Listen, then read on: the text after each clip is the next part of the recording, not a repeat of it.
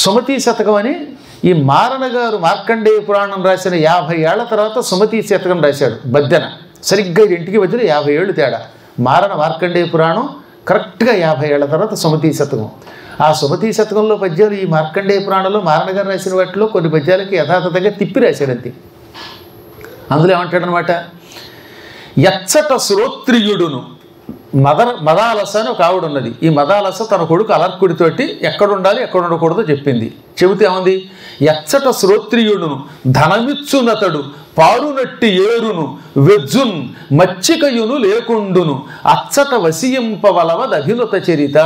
నాయన బ్రాహ్మడు లేని ఊళ్ళో ఉండద్దు, ధనమిచ్చునతుడు అప్పిచ్చేవాడు లేని చోట ఉండద్దు, పారునట్టి ఏరును నిరంతరం నీళ్లు ప్రవహించాలి అంటే నది కాలవ లేని చోట ఉండద్దు, వెజ్జున్ వైద్యుడు లేని ఊళ్ళో ఉండద్దు, దీంతో పాటు ఎక్స్ట్రాగా మచ్చికయును లేకుండును. అక్కడ ఉన్న వాళ్ళకి మనతో స్నేహం ఉండాలి. ఊళ్ళో అన్నీ కొత్త ముఖాలు అనుకోండి, మనం అంటే ఎవడికి తెలియదు. మన దగ్గర ఎంత డబ్బున్నా అందరూ మన వాళ్ళు కాకపోతే సమయానికి ఎవడు పలుకుతాడు. మన కమ్యూనిటీ అంతా చోట ఉంటే ఎంత లాభం. తెలుగు వాళ్ళంతా హిందువులంతా 600 కొంపలు కట్టుకుని పక్కపక్కనే ఉంటే అవసరాన్ని బట్టి ఒకరికొకరు సాయం చేసుకుంటారు. అంత త్వరకాళ్ళు మధ్యలో తెలుగువాడు ఉంటే చచ్చిపోతాడు. అందులో అక్కడ తెలుసున్న వాళ్ళు కూడా ఉండాలట, పరిచయం కలిగిన వారు కూడా ఉండాలి. ఇలా ఉన్న చోట ఉండు, లేని చోట వసియింపవలవదు అభినుత చరిత అంది. దీన్ని ఎంత చక్కగా కాపీ కొట్టి సుమతీ శతకారు రాశాడు చూడండి. ఏమన్నాడు, అప్పిచ్చువాడు వైద్యుడు ఎప్పుడు ఎడతెగకపారు ఏరును. విన్నారా? ఇంకెంతకంటే ఉంది. అసలే ఎచ్చట శ్రోత్రియుడును ధనమిచ్చునతడు పారునట్టి ఏరును వెజ్జున్ మచ్చికయును లేకుండును అని అంటే దాన్నే తిప్పి మార్చాడు. కాకపోతే శ్రోత్రియుని తర్వాత పెట్టాడు, వైద్యుడిని ముందుకు లాక్కొచ్చాడు. అప్పిచ్చువాడు వైద్యుడు ఎప్పుడు ఎడతెగకపారు ఏరును ద్విజుడున్ చొప్పడిన యోర నుండుము చొప్పడకున్నట్టి యోర దొరకము సుమతి. ఎంత హాయిగా రాసుకొచ్చాడు. కాకపోతే అందులో ఉన్నదాన్ని ఉదాన్ని మచ్చిక తీసేశాడు, పరిచయస్తులు అనే పదం తీసేశాడు, మిగతాదంతా పెట్టేశాడు. అందువల్ల ఎందుకు చెప్తానంటే మన పాత వాళ్ళ యొక్క పద్యములు బాగా చదివితే మనం కష్టపడి రాయక్కర్లేకుండా అన్నీ వాళ్ళే రాశారు, అందులో ఎంతో కొంత రాగేయచ్చు మనని. అందుకని పూర్వం పాటలు రాసేవాళ్ళు బాగా చదివి రాసేవారు, పండితులై రాసేవారు, వ్యాకరణం చదువుకుని రాసేవారు.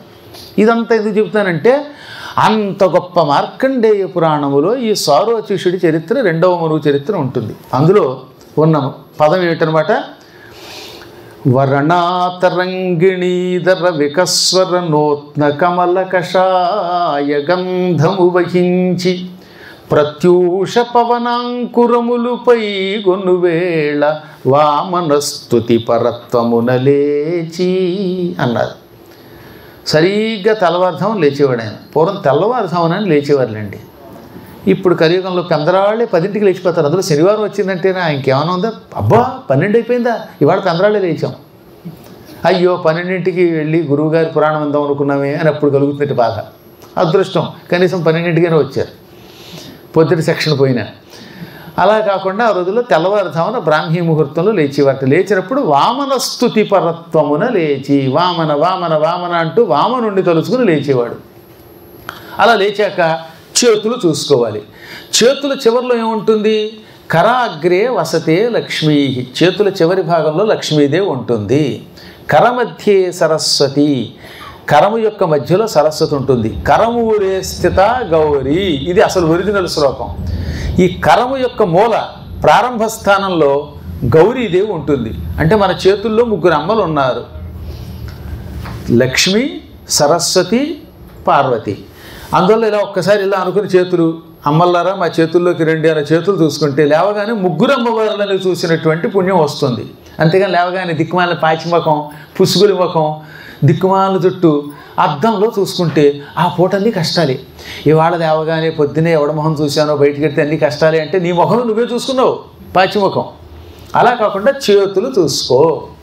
అప్పుడు వెంటనే దంత ప్రక్షాళన చేయాలి. లేచాక కొంతమంది లేచేమంటారు, ఎప్పటికీ మొహం కడగడేటండి వీడి మొహం డాష్ అన్నారు.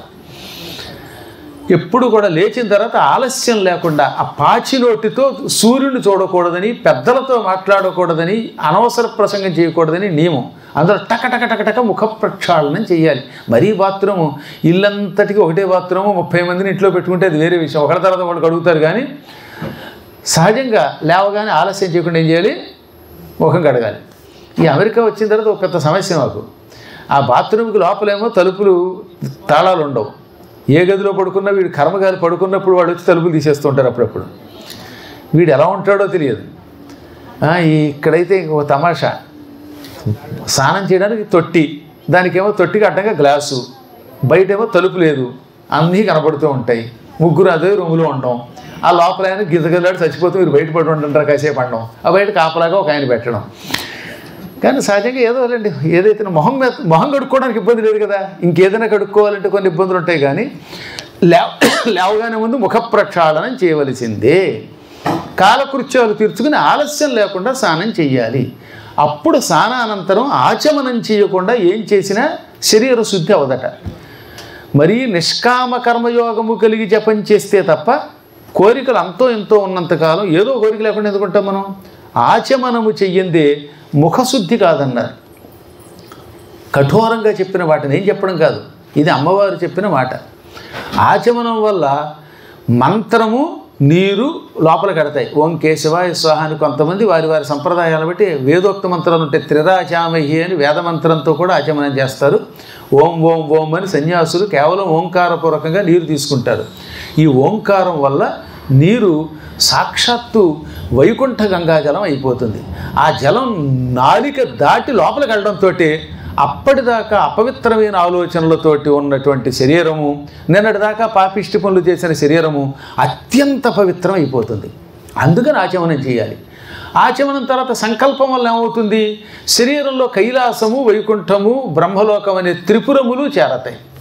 ఇది కాకుండా కైలాస ప్రస్థానము, భూప్రస్థానము, మేరు ప్రస్థానము అని శ్రీచక్రం 3 రకాలుగా ఉంటుంది. ఆ 3 మన శరీరంలో చేరతాయి. అప్పుడు వీడి శరీరం అత్యంత పవిత్ర శరీరం అవుతుంది. యుద్ధానికి వెళ్ళిన వాడు కవచం వేసుకుని వెడితే ఆయుధాలు ఎలా తగలవో అలాగే ఆచమనం చేసి సంకల్పం చెప్పుకుంటే మంత్రములలో మనం చేసిన పొరపాట్లు మనల్ని కొట్టవు. మంత్రములలో ఉచ్చారణలో చేసే లోపములు ఆయుధములు వంటివట. యుద్ధానికి వెళ్ళినవాడికి ఆయుధం గుండెల్లోకి దిగితే చస్తాడు, కాలికి తగిలితే కాలు విరగచ్చు, ముక్కుకి తగిలితే ముక్కు తెగచ్చు. అదే ఒళ్ళంతా కవచం వేసుకుంటే ఆ కవచానికి తగిలి ఆయుధాలు కింద పడిపోతాయి. అవునా?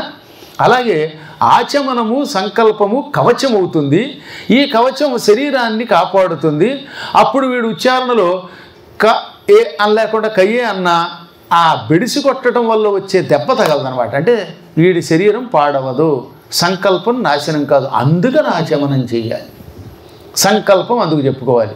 ఈ ఆచమన సంకల్పములు ఒక కవచమై జపం చేసేవాడికి ఏ లోపం వచ్చినా, పాపిష్ట ఆలోచనలు వచ్చినా దానివల్ల వాడు నాశనం కాకుండా అవి కాపాడతాయి. ఎంత లాభం సరే ఇందుకు ఏమన్నారు. ఇప్పుడు ఇది అయిన తర్వాత అప్పుడు నీవు ఏది ముందు సంకల్పం చెప్పుకున్నాక ఏ అర్చన చేస్తావో చేసుకో. సంకల్పంలోనే చెప్పుకో, ఈ పూట లలితా సహస్రనామ పారాయణం కరిష్యే, లేదా శ్రీచక్రార్చనం కరిష్యే, కుంకుమాభిషేచనం కరిష్యే, ఇలా నువ్వేం చేస్తున్నావు చెప్పుకో. అప్పుడు సంపూర్ణ ఫలితం ఇస్తాయి. ఇదొక క్రమం. ఇవన్నీ గురువుల ద్వారా తెలుసుకోవాల్సిందే. రోజు కేవలం ఉపన్యాసంలో చెప్పినా కాదు, మీ గురు పరంపరను బట్టి నేర్చుకోవాల్సిందే. ఇక మంత్రానుష్ఠానం చేసేటప్పుడు కూడా ముందు గురువుని తలుచుకోవాల్సిందే. గురువుని తలుచుకోకుండా ఏ మంత్రములు జపం చేసినా అది సక్రమంగా ఫలించదు. కఠోర నియమం అది. ఈ మాట శ్రీకృష్ణ పరమాత్ముడు భాగవతంలో చెప్పాడు. బ్రహ్మాండ పురాణంలో హయగ్రీవుడు అగస్త్యునికి చెప్పాడు. ఇలా గురు పరంపర, గురుధ్యానం లేనిదే ఎంత గొప్పవాడైనా తెరచడు. గురువు ఎటువంటి వాడైనా అవ్వచ్చుగాక, కానీ గురువుని ధ్యానం చేస్తే నీకున్న దోషాలు పోతాయి. అందుకే అమ్మవారికి ప్రత్యేకంగా ఒక పేరు గురుమూర్తి. గురుమూర్తిర్ గుణనిధిర్ గోమాత గుహజన్మభూహని లలితా సహస్రనామంలో లేదు, అందులో గురుమూర్తి అని అమ్మవారికి పేరు. నీ గురువు రూపంలో ఉందిరా పిచ్చాడా, ఎక్కడికో పోతున్నావు, మీ గురువు గారి పాదాలు అట్టు ఉంటే అమ్మవారి పాదాలు పట్టుకున్నట్టే అని ఒక అర్థం. గురుమూర్తి అంటే చాలా విశాలమైన శరీరం కలిగినది అని ఇంకొక అర్థం అన్నమాట. అందులో తన సందేహం లేకుండా గురువు గారిని తలుచుకోవలసిందే. గురువుని తలుచుకుంటే ఏ లోపమున్నా ఆ లోపము, పాపము, శాపమై వీడిని పీడించకుండా తక్షణం తొలగిపోతాయి. ఆ ధ్యానం కూడా ఎలాంటి ధ్యానం చేస్తే మంచిదన్నారు గురువుని? వందే గురు పదద్వంద్వం అవాంగ్ మానసగోచరం రక్తశుక్ల ప్రభామిశ్రమతర్క్యం త్రైపురం మహః అని గురువుని తలుచుకుంటే తొందరగా కార్యసిద్ధి అవుతుంది, లోపాలు తొలగిపోతాయి. గురువుగారి పాదాలట ఒకటి ఎర్రగా ఉందిట ఓ పాదం, రెండవది శుక్ల తెల్లగా ఉందిట. ఇది విచిత్రం కదా. మీరు ఎప్పుడైనా మీ గురువుగారి కాళ్ళు చూడండి, రెండు కాళ్ళు ఒకే రంగులో ఉంటాయి. ఒకటేమో రక్తం ఎరుపు రంగులో ఉందిట, ఒకటేమో శుక్లం తెల్ల రంగులో ఉందిట. ఆ పాదాలు పైగా అతర్క్యం, తర్కించడానికి వీలుకానివి. మా గురువుగారి పాదములు ఇలాంటివే అని ఎంత వర్ణించినా వర్ణించటానికి భాషకి దొరకనంత మహిమ కలిగిన పాదములటవి. త్రైపురం త్రిపుర స్వరూపములు అంటే అమ్మవారి శ్రీచక్ర స్వరూపాలని. అంత గొప్ప పాదములను ధ్యానిస్తున్నాను. మిగతా అంతా పర్వాలేదు, కానీ రంగుల దగ్గరికి వచ్చేసరికి అందరికీ అనుమానం. ఎక్కడైనా ఒకే వ్యక్తి యొక్క కాళ్ళు ఒకటి ఎర్రగా ఒకటి తెల్లగా ఉంటాయా? ఎడమ కాలు ఎర్రగా, కుడి కాలు తెల్లగా ఉందిట. అందుకే ఎడమతో మొదలెడతారు.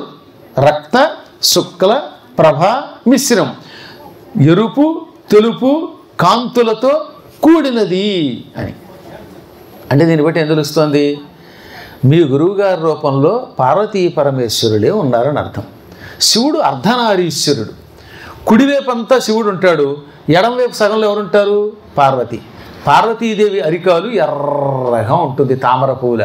శివుడు తెల్లగా ఉంటాడు కదా, అందువల్ల ఆయన పాదం తెల్లగానే ఉంటుంది. అమ్మవారు నీలవర్ణంలో ఉన్నప్పటికీ అరికాళ్ళు మాత్రం తామర పువ్వుల్లో ఎర్రగా ఉంటాయి. పైగా లాక్షారసం, లత్తుక రసం రాసుకుంటుంది. పారాణి వల్ల ఎర్రగా ఉంటుంది ఆవిడ పాదం. అమ్మ పాదం ఎరుపు, శివుడి పాదం తెలుపు. కాబట్టి అర్ధనారీశ్వరుల రూపంలో మీ గురువుగారు ఉన్నారు. అర్ధనారీశ్వరుడి కుడికాలు ఇప్పుడు తెల్లగా ఉంటుంది, ఎడమకాలు ఎర్రగా ఉంటుంది. అంటే దీన్ని బట్టి గురువుగారికి నమస్కారం చేస్తున్నప్పుడు మా గురువుగారు సాక్షాత్ పార్వతీ పరమేశ్వర స్వరూపుడు అనుకోవాలి. అప్పుడు నిజంగా గురువుగారి రూపంలో పార్వతీ పరమేశ్వరులు ప్రత్యక్షం అవుతారు. అప్పుడు పార్వతి పాదం ఎర్రగా, శివుడి పాదం తెల్లగా ఉంటాయి. ఈ రెండింటి వల్ల రెంటికి అతీతమైన, త్రిగుణములకు అతీతమైనటువంటి ఒక ఉత్తమ స్థాయికి మానవుడు వెళ్ళగలుగుతాడు. ఇంకా రెండవది, గురువు అంటే కేవలం పార్వతీ పరమేశ్వర స్వరూపం కాదు, శివకేశవ స్వరూపం. శివుడు సగం, కేశవుడు సగంగా ఉండే ఒక గొప్ప ఉపాసన ఉన్నది. దాన్ని హరిహర అద్వైత తత్వము అంటారు. శివుడు కుడివైపు ఉంటాడు, సగభాగంలో ఎవరుంటారు? విష్ణువు ఉంటాడు. విష్ణువు యొక్క కాలు ఎర్రగా ఉంటుంది, శివుడి కాలు తెల్లగా ఉంటుంది. ఇప్పుడు కూడా నెల్లూరులో హరిహరనాథుడి యొక్క విగ్రహం ఉంటుంది చూడండి కావాలంటే. అంటే మీ గురువు గారు శివకేశవులు కలిసినటువంటి అద్వైత రూపం, హరిహరాద్వైత రూపం. ఆయన పాదాలకు నమస్కరించండి. ఎడమవైపున్న విష్ణువు యొక్క పాదం ఎర్రగా తామర పువ్వులో ఉంటుంది, కుడివైపున్న శివుడి పాదం తెల్లగా ఉంటుంది. ఈ రెండింటితో కూడిన అపూర్వమైన గురువుగారి పాదములను పట్టుకుంటే నువ్వు ఈ జన్మలోనే ఏ కష్టములు లేకుండా తరిస్తావు.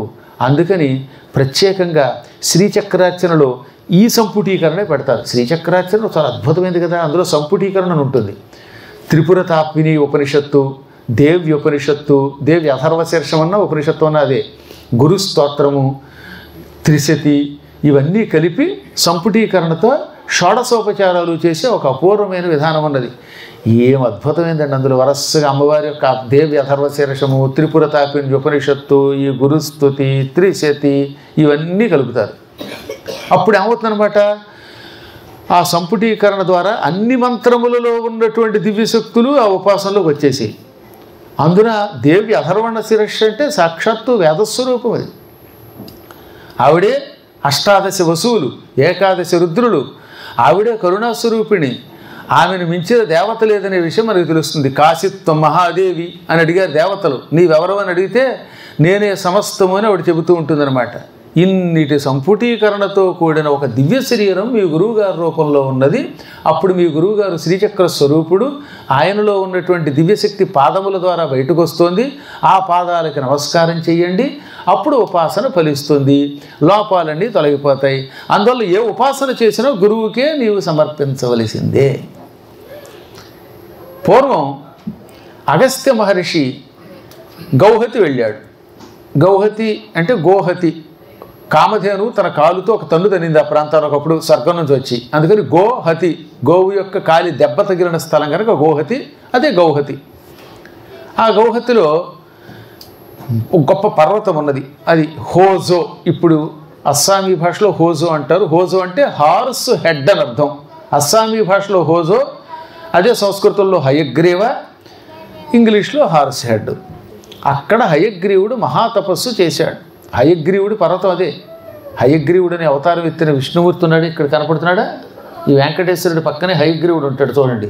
గుళ్ళోకి వెళ్ళడం కాదు, ప్రతి విగ్రహాన్ని పరిశీలనగా చూడాలి. వెళ్ళామంటే దండం పెట్టామంటే వెళ్ళిపోయాం. ఆ రూపములలో ఉన్న విశేషాలను చూడాలి. ఈ హయగ్రీవుడు జ్ఞానానంద స్వరూపుడు. అమ్మవారి తత్వాన్ని లోకానికి చెప్పినవాడు ఆయనే. అంతకంటే గొప్ప దేవత మరొకడు ఎవడు లేడు. అందుకే ఇవాళకి కూడా మనకి జ్ఞానం కావాలంటే ఆయనే తలుచుకోవాలి. జ్ఞానానందమయం దేవం నిర్మల స్ఫటికాకృతిం ఆధారం సర్వ విద్యానాం హయగ్రీవముపాస్మహే.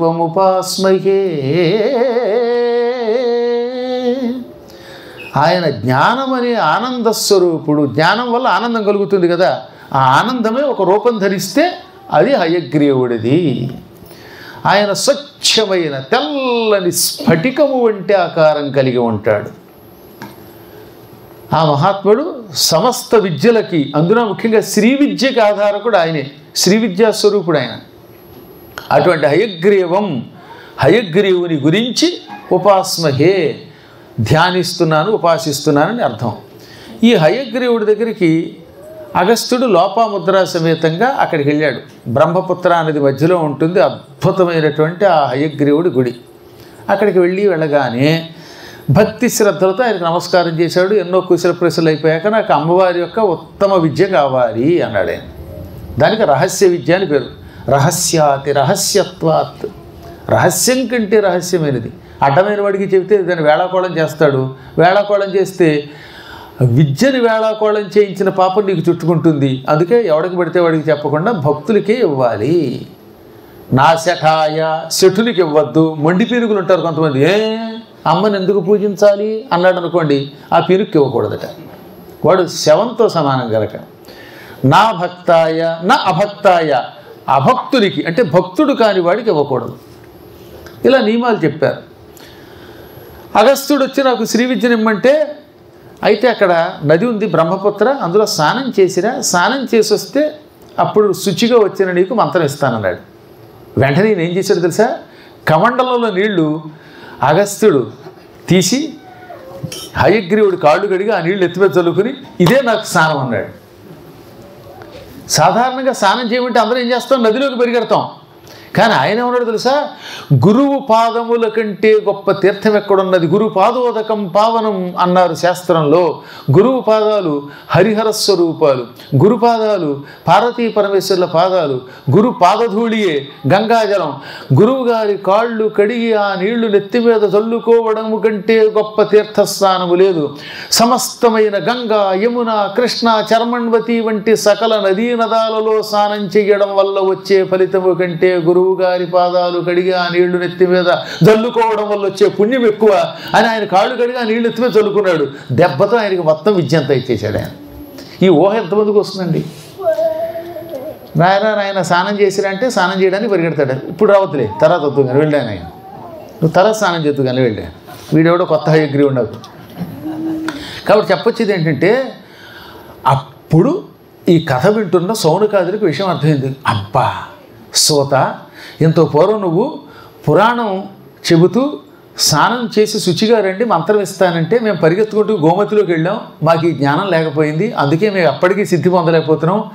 అగస్త్యుడు మహాత్ముడు గనక, పరమ పూజ్యుడు గనక టక్కన ఆయన కాళ్ళు కడిగి ఆ నీళ్ళు ఎత్తిలో చదువుకున్నాడు. దానివల్ల పవిత్రుడయ్యాడు. దానివల్ల లలితా సహస్రనామం మొట్టమొదటి ఆయనే పొందగలిగాడు. కాబట్టి దీన్ని బట్టి ఏం తెలుస్తోంది? ఉపాసన ఫలించాలంటే గురు కటాక్షం ఉండాలి. గురువు కాళ్ళు కడగ్గా వచ్చే నీళ్ళు ఎత్తి మీద పోసుకోవాలి. అన్ని వేళలా గురువుగారి కాళ్ళు కడగక్కర్లేదండి. ఒక్కోసారి గురువుగారికి చలి వస్తోంది, విమానంలో ప్రయాణం చేయగానే నువ్వు కాళ్ళు కడుక్కుని రావాలి, ఆ నీళ్ళు ఎత్తి మీద చల్లుకుంటాను, లోపలికి రానివ్వనంటే చచ్చిపోతాడు వడిలోపు. ఓ పక్కన బయట చలి, వర్షం కురుస్తోంది, ఒక ఆవిడ వచ్చింది, మీ కాళ్ళు కడగవలసిందే, ఆ నీళ్ళు ఎత్తి మీద చల్లుకోవాల్సిందే, మీరే పురాణంలో చెప్పారు, అప్పటిదాకా లోపలికి రానివ్వనంది. ఈలోపు బయట కర్మగాలేది న్యూయార్క్, న్యూజెర్సీ, జెర్సీ ఆవులు కూడా చచ్చిపోతాయి తలికి. ఇప్పుడు మెరిసి చూపించకుండా కాళ్ళు కడిగితేగా నానమన్నది. అందువల్ల అన్ని వేళలా కాళ్ళు కడగక్కర్లేదండోయ్. ఇంకొక సులభోపాయం ఉన్నది ఉపాసనలో. గురువుగారు అలిసిపోయి వచ్చినప్పుడు కాళ్ళు కడుక్కోకుండా పాదాలని ఇంట్లో పెట్టమనాలి. గురువు పాదాల ధూళి ఇంట్లో పడితే ఇల్లు అత్యంత పవిత్రం అయిపోతుంది. సాధారణ జనులు కాళ్ళు కడుక్కోవాలి, వాళ్ళ ధూళి ఇంట్లో పడితే కొంప కొల్లేరవుతుంది. కానీ గురువుల పాద ధూళి ఇంట్లో పడితే ఆ ఇల్లు ఎంత పవిత్రమవుతుందో చెప్పలేమన్నమాట. అందుకే గురు చరణాంబుజ నిర్భర భక్త సంసారాత్ అచిరాద్భవముక్త. గురు చరణాంబుజ నిర్భర భక్త సంసారాత్ అచిరాద్భవముక్త. సేంద్రియ మానస నియమాదేవం సేంద్రియ మానస నియమాదేవం ద్రక్ష్యసి నిజ హృదయస్థం దేవం అని శంకరుడు అదుగు చెప్పాడు. గురువు పాదపద్మములు చాలా గొప్పవి. ఆ పాదముల మీద గాఢమైన భక్తి కలిగిన వాడు సంసారం నుంచి తొందరగా విముక్తి పొందుతాడు. ఈ జన్మలోనే ముక్తి పొందుతాడు. హృదయంలో ఉన్న దేవుడు తొడగలుగుతాడు. బయటికి వెళ్ళక్కర్లా, హృదయంలోనే పరమాత్మ కనపడతాడు. గురుచరణం యొక్క రజస్సు ఇంత పిసరసాలంటే ఇంట్లో పడితే. ఏమండి, మహానుభావుడు తులసీదాస్ గారు తెలివి తక్కువడా. ఆంజనేయుడి మీద హనుమాన్ చాలీసా రాశాడు. శ్రీ గురు చరణ సరోజ రజ నిజ మన ముకుర సుధారి అన్నాడు ఆయన. గురువు గారి పాదములను తామర పువ్వులతో పోల్చాడు. గురు చరణములు సరోజ తామర పువ్వులు. ఆ పాదముల యొక్క ధూళి రజస్సు ఉందే, ఆ రజస్సు నా ఇంట్లో పడాలి. ఆ ధూళితో ఏం చేస్తాను? నిజమన ముకుర సుధారి, నా మనస్సు ఒక అద్దం, ఈ అద్దాన్ని శుభ్రం చేస్తాను అన్నాడు. పూర్వం అద్దం మరకలు పడిపోయి కనపడకపోతే ఏం చేసేవారు? మెత్తని ఒక మట్టి పట్టుకొచ్చేవారు. వస్త్రగాళితం చేసిన మట్టి వేసి గట్టిగా తుడిచేస్తేటండి అద్దం బాగా స్పష్టంగా కనపడుతుంది. ఇప్పుడు ఏదో పౌడర్లు ఇస్తున్నారు, రకరకాల పౌడర్లు వేసి గట్టిగా గుట్టబెట్టి తుడుస్తున్నారు. కేవలం మట్టితో శుభ్రం చేసేవారు. గురుదేవ, నా మనస్సు ఒక అద్దం, ఇది బాగా మకిలి పట్టింది, కనపడటం లేదు, మచ్చలతోటి ఉంది. నీ పాదాలు ఇంట్లో పెట్టు, నీ పాదధూళితో నా మనస్సుని అద్దమును శుభ్రం చేస్తాను అంటే నీ పాదధూళి ఎంత గొప్పదో చెప్పు అన్నాడే. ఎంత గొప్ప ఉదాత్త భావన. అందువల్ల గురుపాదములను మన ఇంట్లో పెట్టించి ఆయన ద్వారా పొందినటువంటి బ్రహ్మ విద్యని ఉపాసన చేసినటువంటి వాడు అటు సూర్యుడు ఇటు పొడిచినా ఈ జన్మలోనే ముక్తి పొందుతాడు. అందువల్ల అన్నిటికంటే ఉత్తమమైన శక్తి గురువు యొక్క పాదధూళిలో ఉన్నది అన్నారు. శ్రీ విద్యోపాసకులకి కఠోర నియమం ఏమిటో తెలిసిన? గురువుగారి కాళ్ళకి ఎంత మురికున్నా సరే ఆ కాళ్ళు కడిగి దాన్నే చేతిలోకి తీసుకుని తీర్థంగా తాగుతారు. అంటే ఆ గురువులు అలాంటి వాళ్ళు.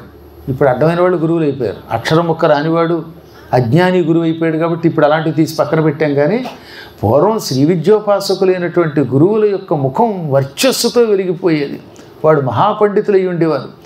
ఇప్పుడు అందరూ వీధి వీధికి గురు శబ్దం ఒక విచిత్రంగా తయారైపోయింది. ఇంకా చిత్రం, అవధానులు తయారు చేసేయటం. ఈ అవధానులకి అవధానం నేర్పేటటువంటి వాడికి బాలవ్యాకరణం రాదు. వీడికి ఏది ఎడాగమో ఏది ధృతవంత పదమో తెలియదు. ఇటువంటి అడ్డమైన వాడు గురువులు అయిపోవడమే.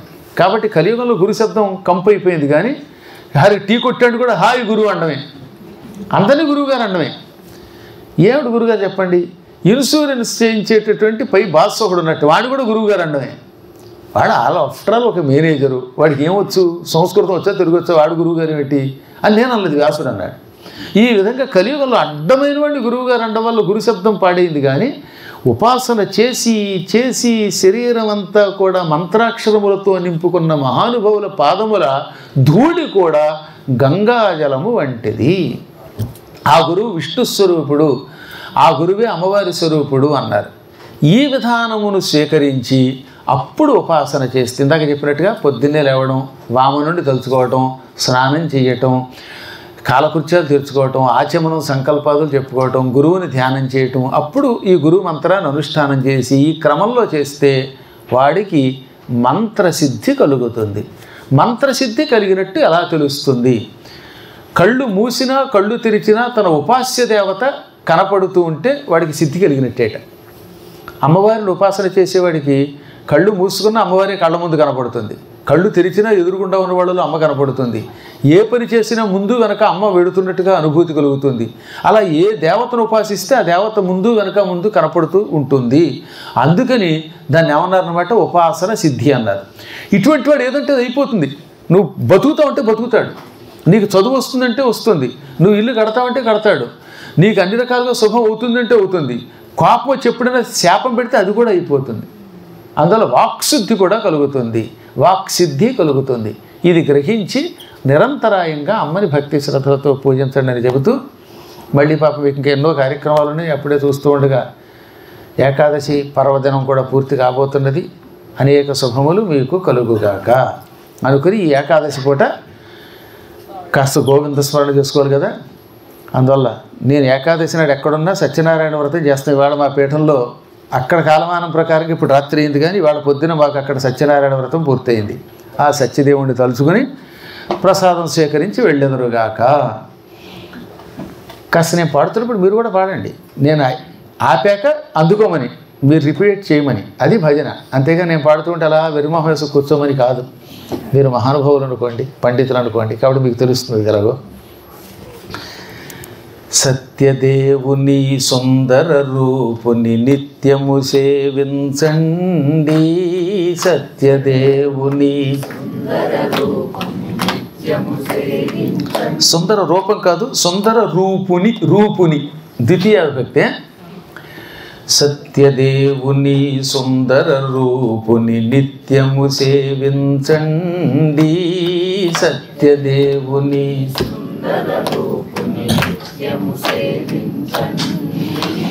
నరులు తరించే సులభోపాయము నారాయణ వ్రతమండి.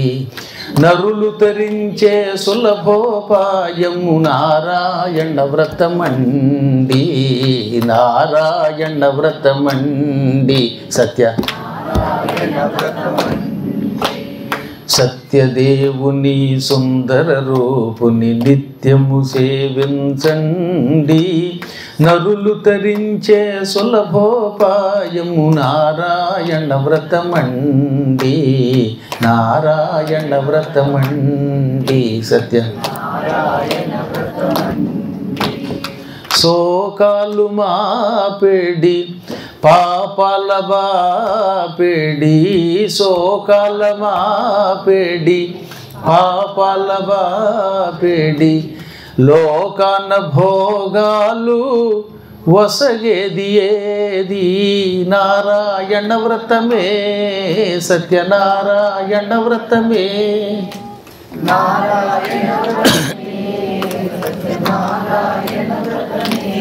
ఏ శాంతి సుఖాల తేలించునేది ఆనందదాయి వేరేది. సత్యదేవుని సుందర రూపుని నిత్యము సేవించండి. నరులు తరించే సులభోపాయము నారాయణ వ్రతమండి. నారాయణ వ్రతమండి.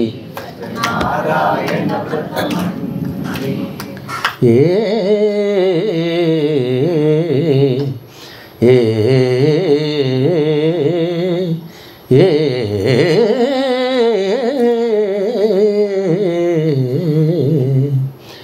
సంసార వారాసి దాటించునావా. సంసార వారాసి దాటించునావా. శ్రీనాథు పాదాల చూపించు త్రోవా. నారాయణ వ్రతమే. సత్యనారాయణ వ్రతమే. నారాయణ వ్రతమే. సత్యనారాయణ వ్రతమే. సంసార వారాసి దాటించునావా. శ్రీనాథు పాదాల చూపించు త్రోవా. నారాయణ వ్రతమే. సత్యనారాయణ వ్రతమే. నారాయణ వ్రతమే. సత్యనారాయణ వ్రతమే. ఏ రాజుకైనా నిరుపేదకైనా తరించు భాగ్యమిదేనండి. సత్యదేవుని సుందర రూపుని నిత్యము సేవించండి. నరులు తరించే సులభోపాయము నారాయణ వ్రతమండి. నారాయణ వ్రతమండి. సత్యనారాయణ వ్రతమండి. హరినారాయణ గోవింద భక్తపరాయణ గోవింద. హరినారాయణ భక్తపరాయణ గోవింద. పావన నామ గోవింద పాప విరామ గోవింద. పావన నామ గోవింద పాప విరామ గోవింద. నారాయణ హరి గోవింద. నారాయణ హరి గోవింద. నారాయణ హరి గోవింద. గోవింద హరి గోవింద. గోవింద హరి గోవింద. గోవింద హరి గోవింద. గోవింద హరి గోవింద. గోవింద హరి గోవింద.